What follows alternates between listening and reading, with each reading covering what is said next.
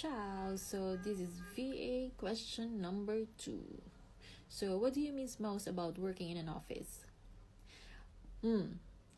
Yung may katsikahan ka sa tabi mo. Walang tigil ang tsikahan. Tawanan.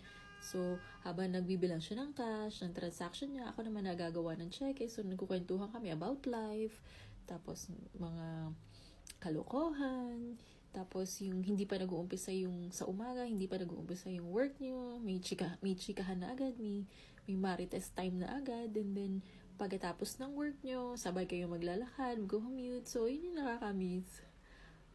So, ayun yung nakakamiss. Although, hindi kami pwede magsabay kumain ng lunch kasi, salitan. So, ayun, yun yung nakakamiss. Pero, wala namang regret. Pag work from home kasi, nakakapag-travel, yung benefits nakakapag-travel, nakakapag-work ako anywhere. As long as meron akong internet. Gamit ko pinsan sa labas, hotspot.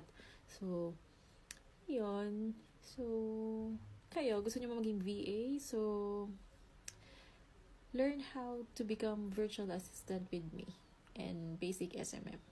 So, message me.